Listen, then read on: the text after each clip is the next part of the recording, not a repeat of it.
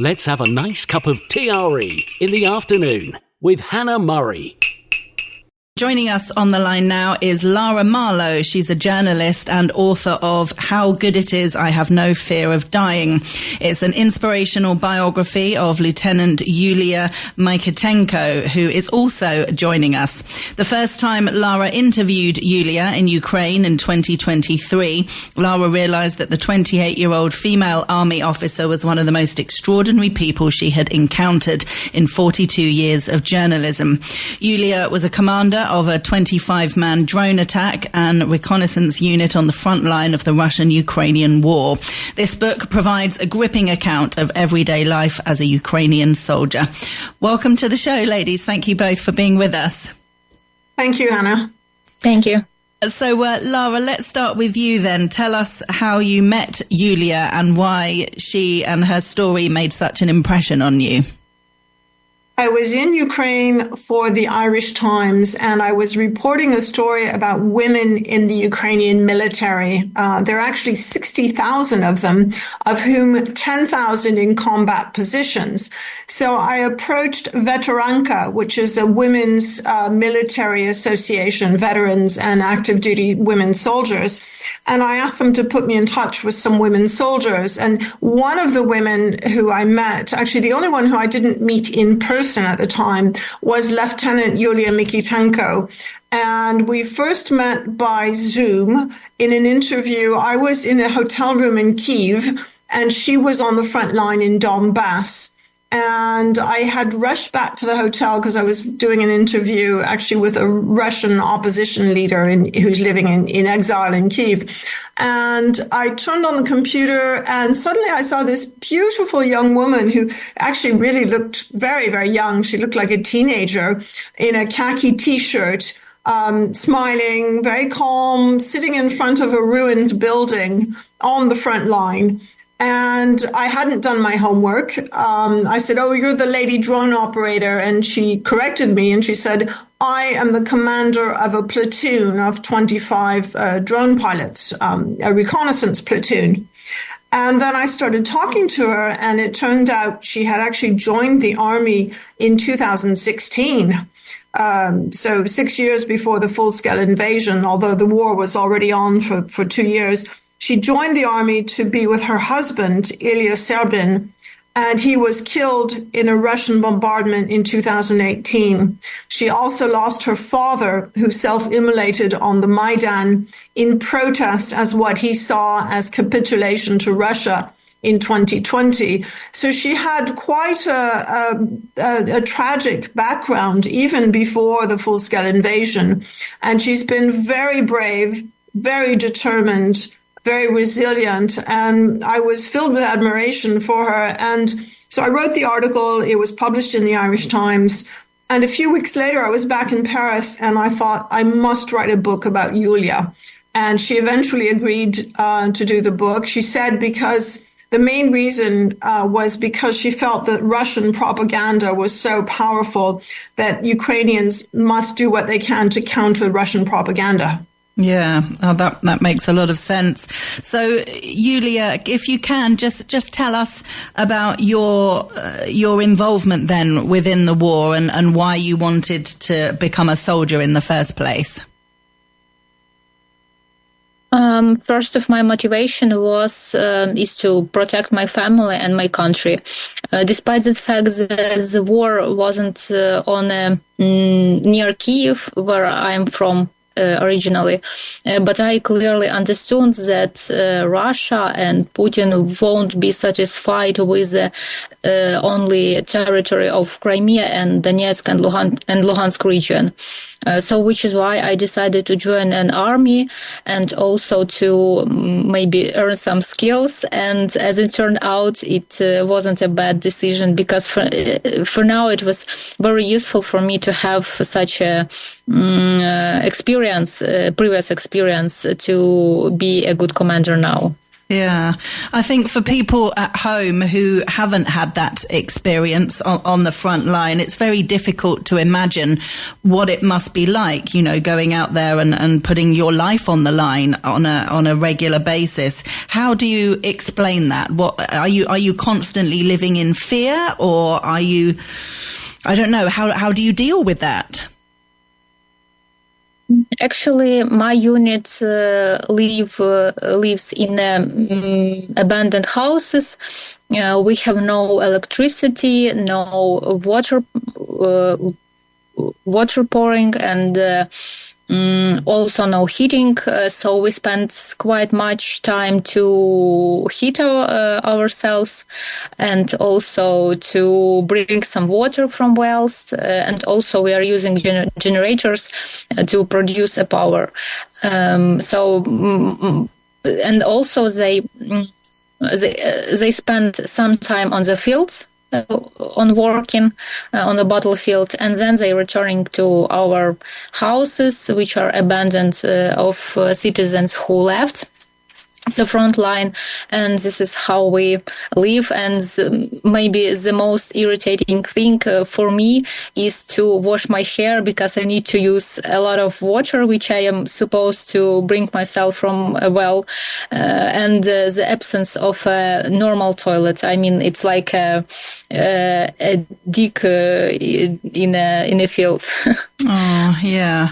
And what was life like for you before all of this was happening? I mean, were you living a normal life? Is this a massive dramatic change for you? You mean before the full-scale invasion, or? Yeah. I've been before.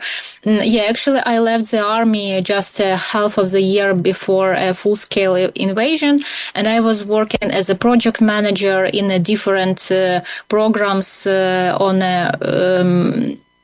veterans reintegrations. So I was working with people who already served, who left the service, and they wanted to try themselves in a civilian life. The same as me, because I spent a lot of time in the army, because I joined the army right after I finished my university. So I haven't much civilian life at all.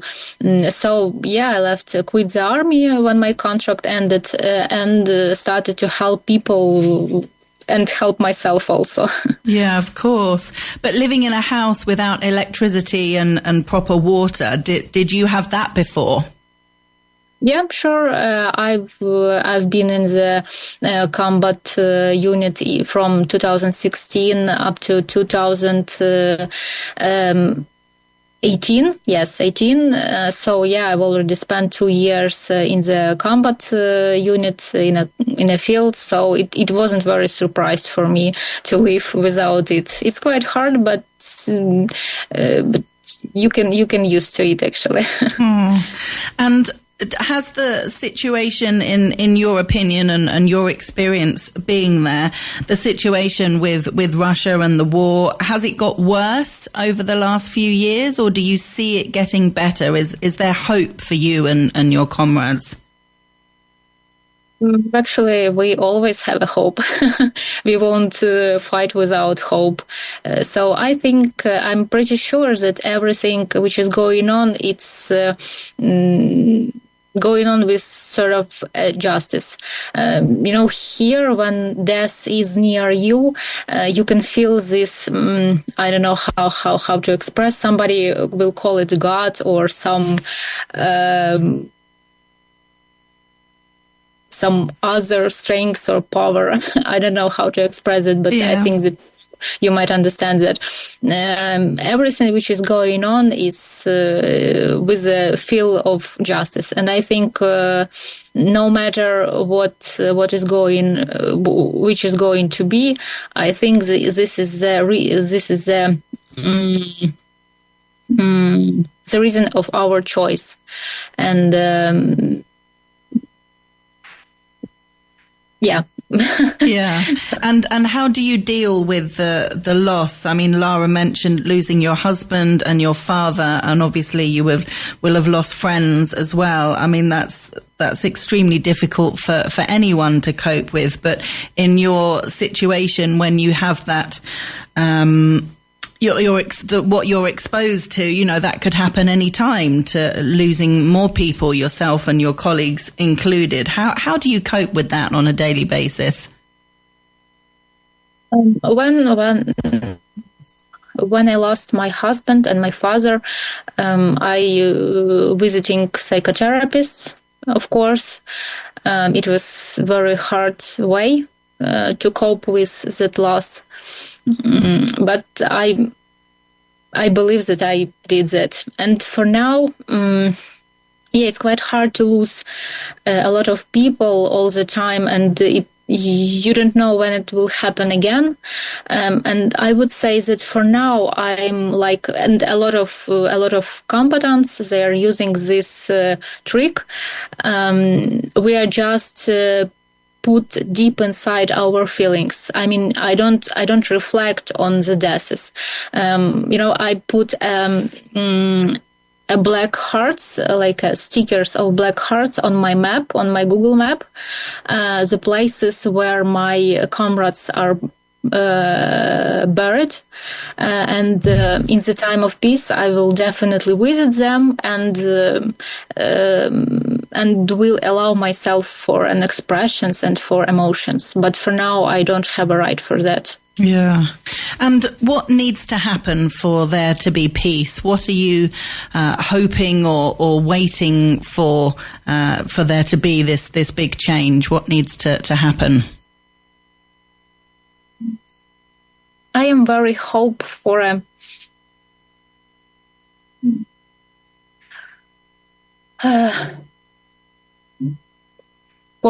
Western world, democratic world, who are express democratic values, will be strong enough to protect these values and to give Ukraine everything that we need to protect the world from all dictatorships. Mm-hmm. And maybe Lara can add, because she can express my thoughts much more better than I do. Lara, do you have something to add? Yeah, Yulia and I have talked a lot about this, and I sometimes fear that she places too much hope in the West. I mean, she does say that if the West does not help defend Ukraine, if they do not give Ukraine the ability to fight the Russians, that the West will be, first of all, betraying its own values. We claim to believe in international law and in the rule of law, and we claim to feel solidarity with Ukraine. But up until now, we have always given Ukraine, and when I say we, I mean the United States and the countries of Europe and NATO, we give them too little, too late. If we had given them right away in 2022 what they needed, things might have gone very differently. So I think Yulia, perhaps because she's young and despite the horrible, horrible things she has seen in Donbass, I think that she is still very idealistic. She believes in justice. She believes in solidarity. She believes in Western values. And when she says she's hoping for peace, that's because she still thinks that perhaps the West will live up to its values. And I wish that I could feel as certain as she does. Yeah. Yeah, it's a very difficult situation, isn't it? I mean, with all the countries that have got involved and have been supporting Ukraine by either sending more arms to Ukraine or sending first aid and things like that, trying to help out. It sort of seems like that hasn't made a big difference. You know, it hasn't affected Russia and what they have been continually doing. So, you know, it does make you question whether a different tactic, whatever that may be, should be considered. You know, if everybody wants peace, it's hard to kind of comprehend how more fighting is going to create peace. Do you know what I mean? I think that's the trap, Hannah. I think that's what Vladimir Putin wants you to think. And when people call for peace right now, peace at any price, that would basically mean rewarding Putin. If it means letting him keep all the territory he has seized and giving him impunity from war crimes trials and lifting the sanctions against Russia, and basically giving him everything he wants without security guarantees for NATO. This is something Yulia says very often. We must have security guarantees. If the fighting stops, Ukraine, what they really need is NATO membership, which would mean that under Article 5, if Russia attacks Ukraine again, the alliance would come to Ukraine's aid. That's what they really need. But Putin says, absolutely not. We will not let Ukraine join NATO, which is pretty outrageous for a country, a former colonial power, to dictate the conditions of a sovereign country. But if they can't have that, the President Macron of France recently saw the British Prime Minister Keir Starmer, and they had dinner in Chequers last week, and they talked about the possibility of British and French troops on the ground, boots on the ground in Ukraine, which would be a sort of tripwire, which would mean that if Russia continued its invasion or attacked Ukraine again after some kind of ceasefire, that would trigger British and French involvement. Something like that could possibly work.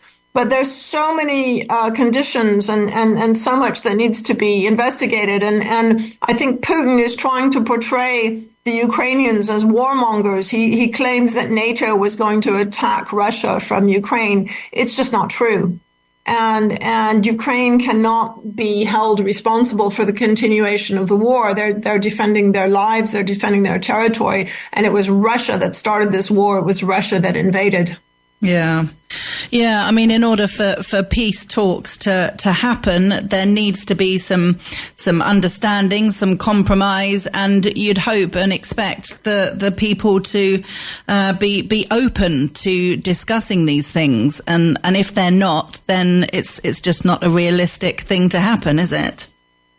Well, I think you can ask Yulia this, but she has been saying to me for a long time that Ukraine actually now understands that they're not going to get back the 20% of Ukraine that Russia has seized. They're not going to get it back in the foreseeable future. And even more recently, President Zelensky has said that. I think they're willing to accept that now. But what they are not willing to accept is that President-elect Donald Trump just impose on Ukraine all of Vladimir Putin's conditions. And Putin has shown no sign whatsoever of wanting to negotiate or of accepting any compromises whatsoever. So I think the responsibility is squarely with him. Yeah. You need to, in order to negotiate, you need the people to be reasonable with. Exactly. And also, if I can, I would like to add that we've already passed some of negotiations. I mean, Minsk agreements and Steinmeier formulas.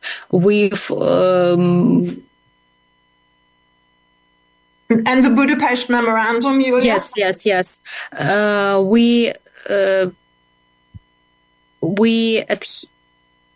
We follow all that agreements, and actually in which situation it leads us. I mean, we had a ceasefire on 2019 and 2020. And Russians actually bombards Ukrainian positions with artillery in that period of time. I just mean that all agreements with all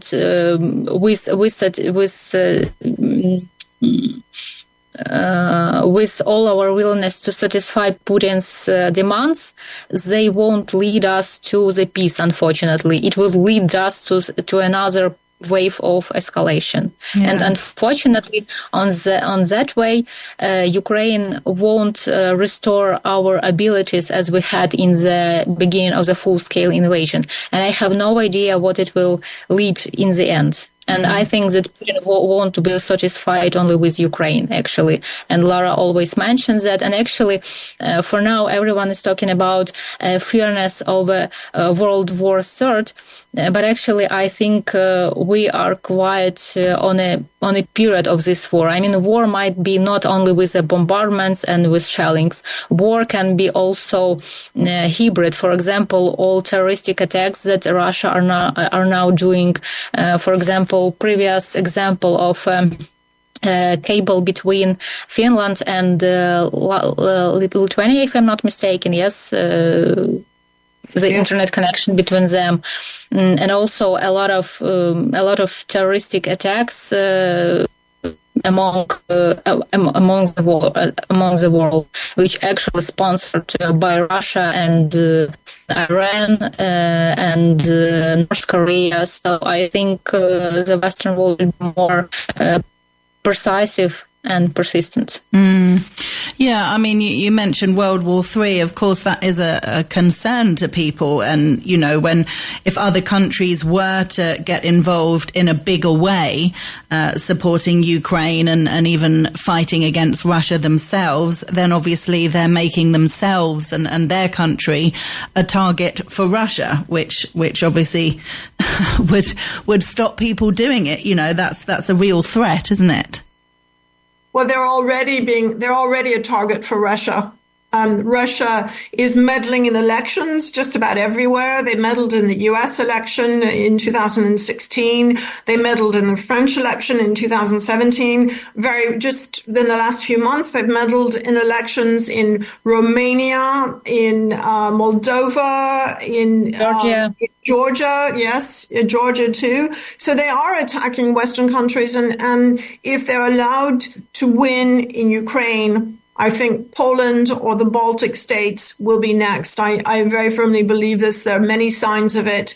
Putin will not stop, and he's not going to be content with Crimea and Donbass and the oblast, which he has partially occupied, of Zaporizhia and Kherson. He wants Odessa, he wants Kharkiv, he wants Kyiv. He says so all the time. Yeah. So, I mean, what is the next step, do you think, Lara? What can we expect to see in the coming months and years? Well, obviously the step that we're all waiting for is, what will Donald Trump do? I mean, he did claim during the campaign that he would solve this war in 24 hours before he even took office. Yeah. He will be inaugurated in, I think it's 6 days now.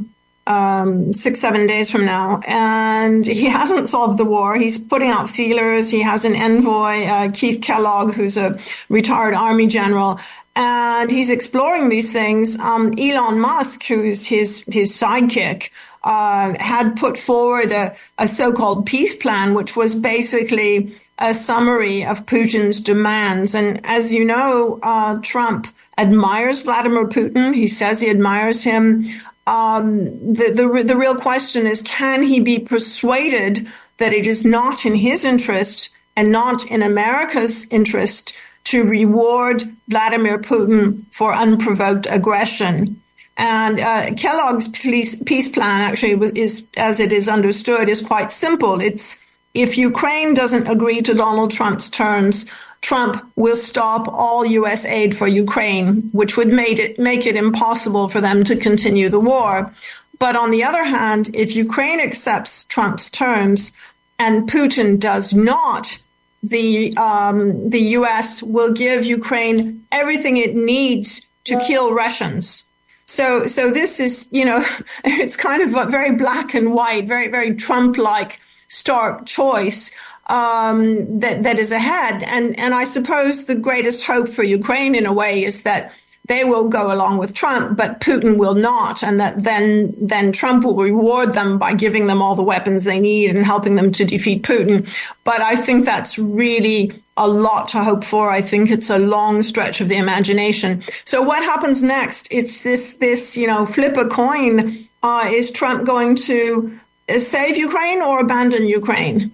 And Yulia often points out that he's a very erratic, unpredictable character. Yeah. And I think that she and a lot of Ukrainians are placing a lot of hope in the possibility, the mere possibility, that maybe Trump will see reason, maybe he'll decide it's not in his interest and U.S. interest to betray Ukraine. Mm. Wow. Well, yeah, we'll have to see what happens with that. And I wish you all the luck. Yulia, thank you so much for joining us and sharing your amazing story. I think you're incredibly brave what you're doing, and I hope you and your country get everything that you want. Thank you. Thank you so much for asking to join. It's great to have you. And Lara, Marlowe, thank you so much for being with us. If people want to get a copy of your book, it's called How Good It Is, I Have No Fear of Dying. It's available on our website, tre.radio. Lara, thank you for joining us. Thank you, Hannah.